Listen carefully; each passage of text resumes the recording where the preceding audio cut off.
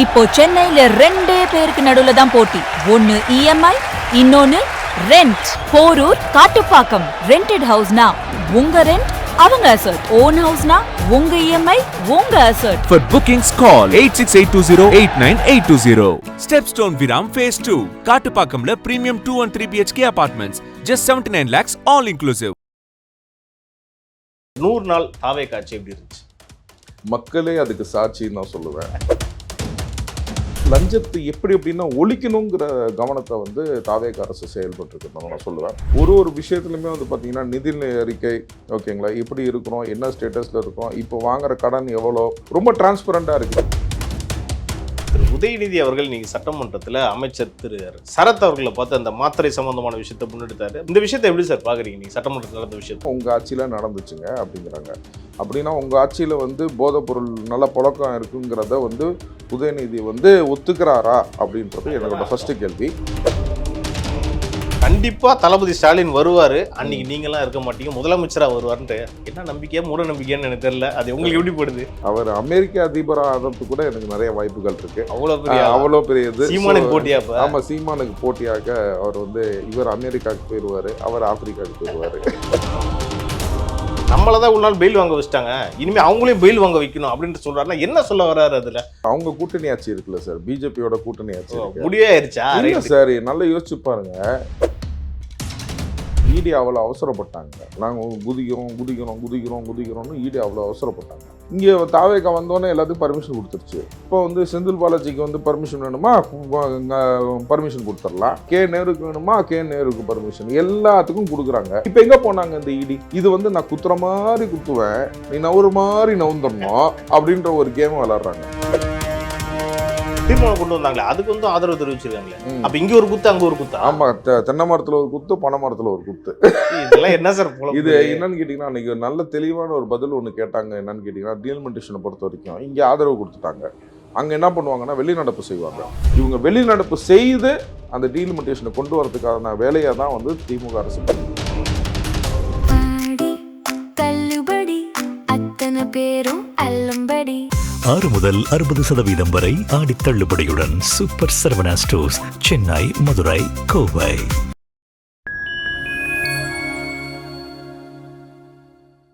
Fine time நேயர்களுக்கு வணக்கம். இன்று நம்மோடு இணைந்திருப்பவர் வழக்கறிஞர் திரு ஆரோக்கிய சதீஷ் அவர்கள். சார் வணக்கம் சார். வணக்கம் சார், எப்படி சார் இருக்கீங்க? நல்லா இருக்கிறேன். எப்படி இருக்கிறீங்க? நல்லா இருக்கேன் சார். Super sir. நம்ம இன்னைக்கு வந்து நிறைய விஷயம் பேச போறோம் சார். உதயநிதி சம்பந்தமா, நயினார் நாகேந்திரன் சம்பந்தமா நிறைய விஷயங்கள் இருக்கு. நிறைய நம்ம இன்ட்ரெஸ்டிங்கான விஷயமும் பார்க்கலாம். ஃபர்ஸ்ட் உங்கள்கிட்ட கேட்க வேண்டிய விஷயம் என்னன்னா, இந்த 100 நாள் தாவே காட்சி எப்படி இருந்துச்சு? மக்களே அதுக்கு சாட்சின்னு நான் சொல்லுவேன். ஓகே, மக்களே சாட்சி இந்த 100 நாள் ஆட்சிக்கு அப்படின்ற சொல்றது தான். ஸோ மக்களுக்கு வந்து ஒரு பெரிய பிடிப்பு வந்திருக்கு. லஞ்சம் ஊழல் வந்து குறைஞ்சிருக்குன்னு சொல்கிறாங்க. ஆக்சுவலாக ஃபுல்லாக அகற்ற முடியல, பட் ஆனால் குறைஞ்சிருக்கு. இன்னைக்கு பத்திரப்பதிவு வந்து பார்த்தீங்கன்னா நீங்கள் ஆஃபீஸ்க்கே போகாமல் வீட்டில் வந்து உட்காந்து பண்ணலான்னு சொல்லிட்டாங்க. ஸோ அந்த விதத்தில் வந்து லஞ்சத்தை எப்படி எப்படின்னா ஒழிக்கணுங்கிற கவனத்தை வந்து தாவேக அரசு செயல்பட்டுருக்குன்னு நான் சொல்லுவேன். நல்லா செயல்பட்டிருக்காங்க, அதாவது நடத்தியே இருக்கிறாங்க.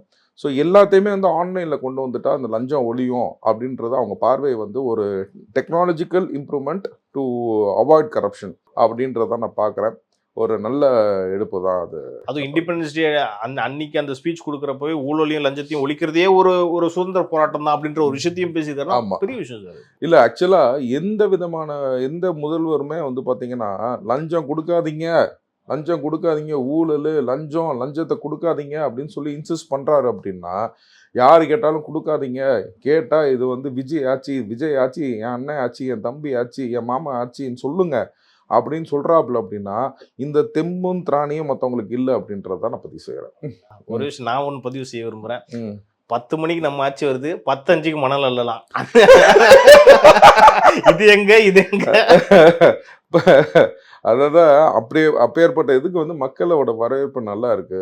நிறைய விஷயங்கள் அவங்க சொன்னதுன்னா ஒன்றும் செய்ய முடியலன்னா கூட வந்து மக்கள் வந்து நீங்கள் பொறுமையாக சொல்லுப்பா, நான் வெயிட் பண்ணுறேன்ப்பா, உனக்கு நான் வெயிட் பண்ணுறேன்ப்பா. அதுவும் இல்லாமல் ஒரு விஷயத்துலையுமே வந்து பார்த்தீங்கன்னா நிதிநிலை அறிக்கை ஓகேங்களா, எப்படி இருக்கிறோம், என்ன ஸ்டேட்டஸில் இருக்கோம், இப்போ வாங்குற கடன் எவ்வளோ, ரொம்ப டிரான்ஸ்பரண்டாக இருக்குது. இதுக்கு நம்ம முன்னாடி வாங்கின கடனோட வட்டியே வந்து பார்த்திங்கன்னா கிட்டத்தட்ட 63,000 கோடி கிட்ட கட்டுறோம் அப்படின்ற ஒரு சூழ்நிலை வருது.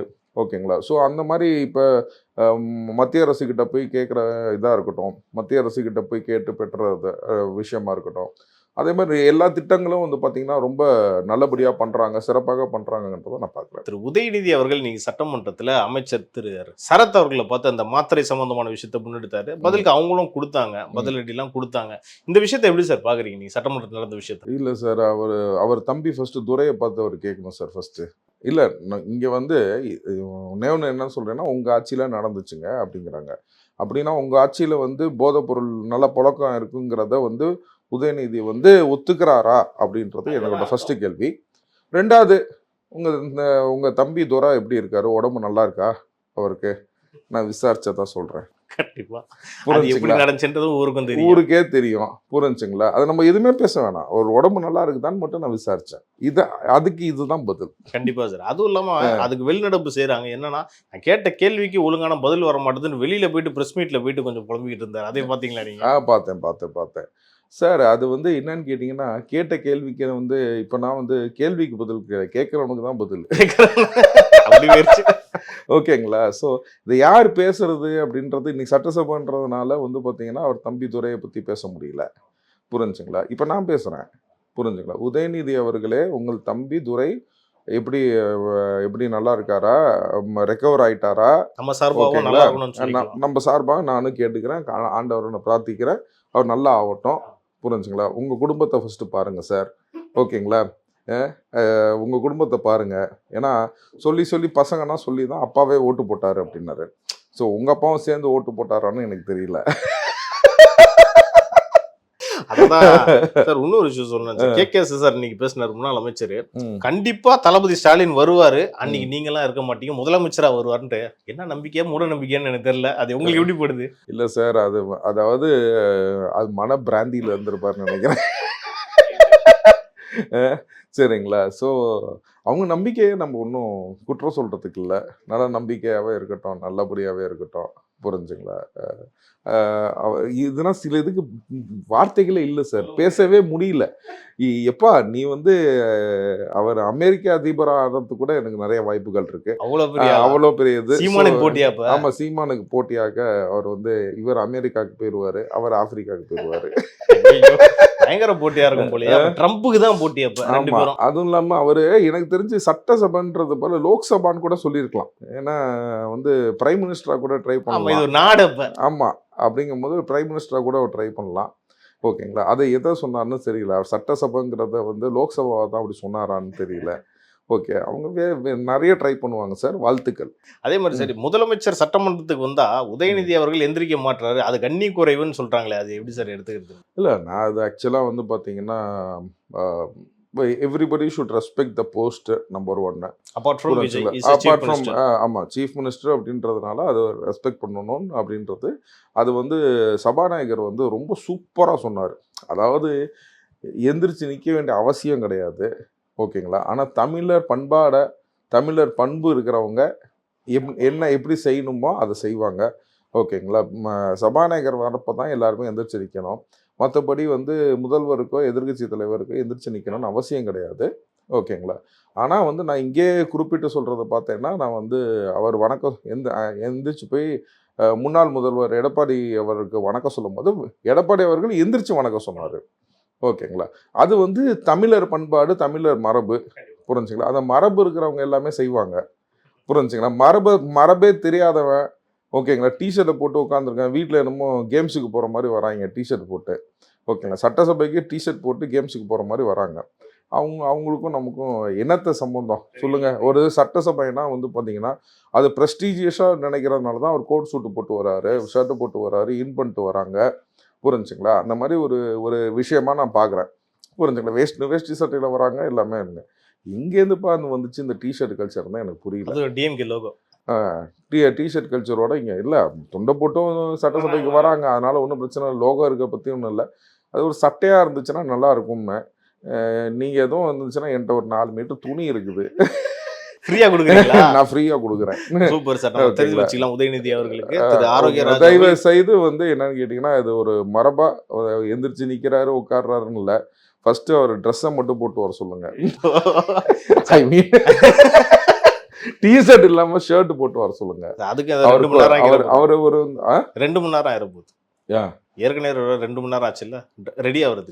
ஓ 10:10 வரைக்கும் காலை கடன் கழிச்சிட்டு இருந்தவர் நான் பாடி இது சொல்லிட்டேன்னா எங்க ஒன்றும் சட்டை தைக்கலைங்க அப்படின்ட்டுருவாரு. சார் அதே மாதிரி நேத்து ஒரு திமுகவுடைய ஆலோசனை கூட்டம், அந்த வழக்கறிஞர் ஆலோசனை கூட்டம் நடந்துச்சு. அங்க உதயநிதி ஒரு விஷயம் பதிவு பண்றாரு. என்னன்னா, நம்மளதான் உள்ள பெயில் வாங்க வச்சுட்டாங்க, இனிமே அவங்களையும் பெயில் வாங்க வைக்கணும் அப்படின்ட்டு சொல்றாருன்னா என்ன சொல்ல வர்றாரு அதுல? அவர் ஏதாச்சும் வந்து அவர் தான் அந்த அவங்க கூட்டணி ஆட்சி இருக்குல்ல சார், பிஜேபியோட கூட்டணி ஆட்சி இருக்கு. முடிவே ஆயிடுச்சா? இல்ல சார், நல்லா யோசிச்சு பாருங்க. இடி அவ்வளவு அவசரப்பட்டாங்க, புரிஞ்சுங்களா? நாங்கள் குதிக்கிறோம்னு இடி அவ்வளோ அவசரப்பட்டாங்க.